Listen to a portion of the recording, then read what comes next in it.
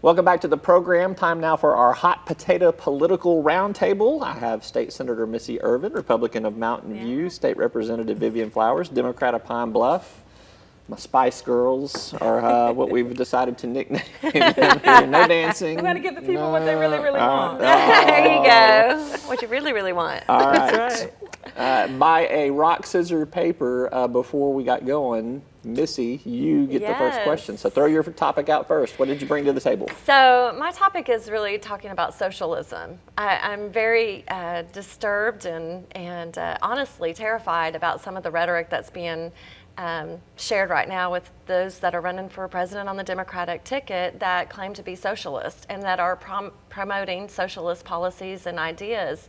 You know, socialism, if you look at the history of it with the Soviet Union, Venezuela, other places where they've enacted socialist policies, it's ended in catastrophic circumstances, both individually and for the nation itself. I think Chernobyl is a great example of where socialist policies led to catastrophic failures, which affected the entire world, to be honest. And so it's really disheartening to see a lot of folks talk about, I am a socialist, and they're promoting socialist policies, because that is collective ownership of the government. And when the government owns your property, they own everything about you, they provide you with everything, your job, your health care, everything, it takes away your freedoms. And the freedom is essential to America. That's what America is. So it's, to me, alarming, and it's disturbing that you have people running for president promoting policies that are going to destroy the freedoms that are essential to America. Representative Flowers, are the Democrats all socialist? Absolutely not. And I think that, you know, if we really look at what people are saying,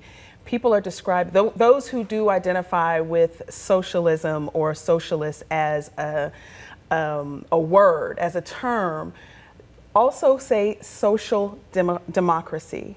And that's a very, very different distinction that I think we have to make. So no one is subscribing to Leninist or Marxist socialist policies in terms of socialism being the political infrastructure across the board. I think if we really look at what that is, you can look at other economies and other democracies across the world who are really examples in terms of policy and protecting people. Name a few.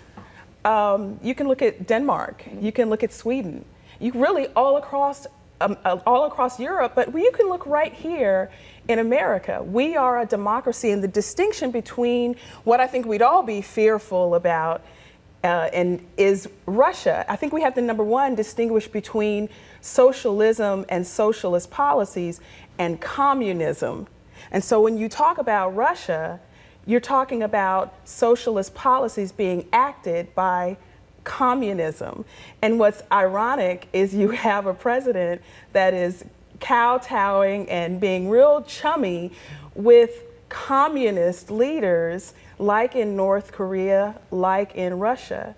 And no one wants that. You don't hear any Democrats talking about wanting a pure socialist society. We're talking about really applying what we already have. So when you look at the ownership of highways, no one expects for highways to be privatized because, and you see in some areas where they are and it doesn't work. Yep. But you know, we have to look at our farms and farm subsidies. People could say that that's a socialist policy, but it's a socialist policy that works for America. And really, it's not socialism, it's democracy, because the people decide. All right, give you one more chance to counterpoint that. Well, by definition, socialism is actually the economic and political theory between, and it's the transition between capitalism and communism. It's a Marxist theory. And so when you say, I'm not a progressive, I'm not a liberal, I'm a socialist, and you're on the Democratic debate stage, I'm not mixing their words. They are claiming to be socialist, and that is a transition between capitalism to transition from capitalism to communism. It's a Marxist theory that the Soviet Union was under, and so, you know, Hillary Clinton was chummy with the Russians with Uranium One, and we can kind of go down that path, but I think it's devastating for America, and I think when you're running for president of the United States of America, you need to be promoting policies that are going to help improve America. And it's proven throughout history that socialist policies do not improve their We nations. do have a time limit here, so I'm gonna. We could go for that all day. No, we could. I bet you On all Sweden of and them. Denmark would beg to differ All that they are right. transitioning into All right. communism. You get to bring a hot potato topic to the table, Vivian. What is your topic? So my topic is Trump's racism.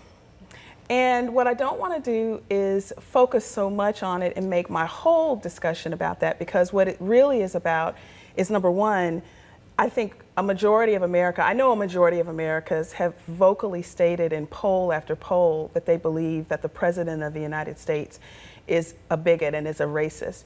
I think that when we look at the words, we look at the deeds, and we look at the policies of Donald Trump before he ever even became a candidate, when we look at how he introduced his candidacy in the words that he used to describe Latin or Hispanic Americans or Hispanics or Mexicans, whether they were a judge or whether they were undocumented citizens, I think that we see, number one, who he is and where his heart is. But when we look at the policies and the rhetoric from the podium calling white supremacists who participated in a tiki torch march spewing racial epithets and ultimately killing a white woman in a car, and he calls those fine people, and there's blame on both sides, it's undeniable that he's racist. So the question to me is not, is he racist? Is what is he trying to do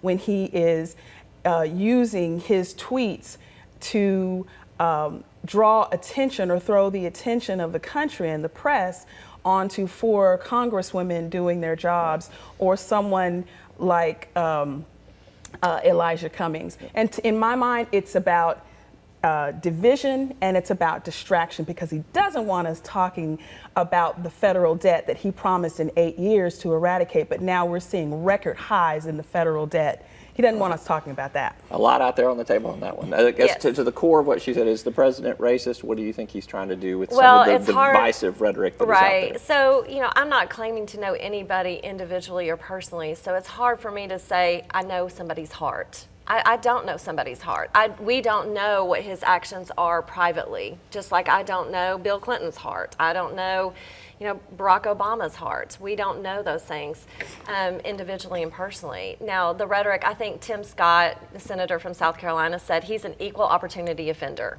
And that's probably about right. But I think it's on all sides. I mean, there are things coming out of Elijah Cummings' mouth that are equally offensive to me or to other people, just as they are. So Such as what? the rhetoric, I think, is super high, and it's hard for me to say, well, this is, when you criticize somebody, is that racial, is that not? And I think we've gotten to a point where we're so politically correct about things, and we're splicing everybody's words, that we need to be real careful, because there are things that are very clearly racist actions, and we felt them very dramatically in Arkansas during the Central High crisis. And you go from that. I think the president has called out both sides and said this is wrong, and he has repeatedly said David Duke and the KKK, those are horrible people, and they do not. He doesn't ascribe to those things. So I think there's a difference between whether somebody's criticized about their policies or about what they say versus is this racist or not racist. Mm-hmm. And so I think there's a level of rhetoric at the federal level which is incredibly offensive on all fronts, on every level, from everybody on all sides of the aisles. Yep. And I don't like that as far as a person, but I will look at their policies and say, okay, but I do like these policies. I like what they're doing. I'll give you an example on both sides. Trump's tax cuts are great. They are working for our country. That's not a racial policy at all, at all. I do think that what President Obama did, I'll give you an example there. He kind of decentralized the space program and got it out of government control. Back to kind of the idea and the topic I brought in, it's a great example where you took the government out of just controlling that, and look what we are now with the space program. You've got SpaceX, you've got Blue Origin, you've got innovation and creativity. So I can look at these individuals as people that are men, it doesn't matter what their color is. Do I like their policies? Do I like what they're doing or not? And I think it's fair to criticize on that basis, but if I criticize somebody, we can't just always say, well, this is racial or this is not. All right, I'll give you 30 seconds to respond to that, and then we got to wrap.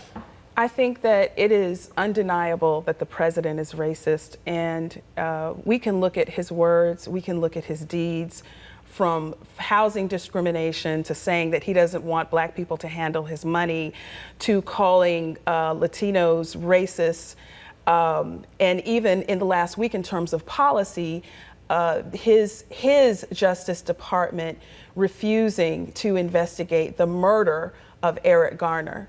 There are plenty of other examples, and you can just Google them. The point is, whether you're talking about his failed tariff scheme, whether you're talking about the federal deficit and the federal debt, he is distracting and dividing this country, and anyone who wants to make it and compare him to President Obama or anyone else, I would say, I just would question, what are you hiding from? Why won't you call him out on his racist actions and words? All right, we got to end it there for our on-air portion, but you stick around. We're going to do an online extra. All right, Representative Vivian Flowers, Senator Missy Irvin, thank you both very much. Online extras. Here we go. We're back with more. Welcome back to this online extra. I'm Roby Brock. It is our hot potato political roundtable. We ran out of time on air, so we're going to go through some more here with Representative Vivian Flowers and Senator Missy Irvin. So I get to ask a question in this political roundtable too. So, and my question to you all is, if the governor were to call a special session today,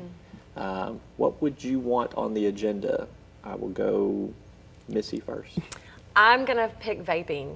I think vaping amongst teenagers and in our schools, it's risen to a level that's very dramatic. And we don't know what that end result's going to be. There's not scientific data or research that shows the harmful effects of vaping, particularly on young people and their lungs. And I'm really concerned about it, and that's something that we tried to work on during the session that we really just couldn't accomplish.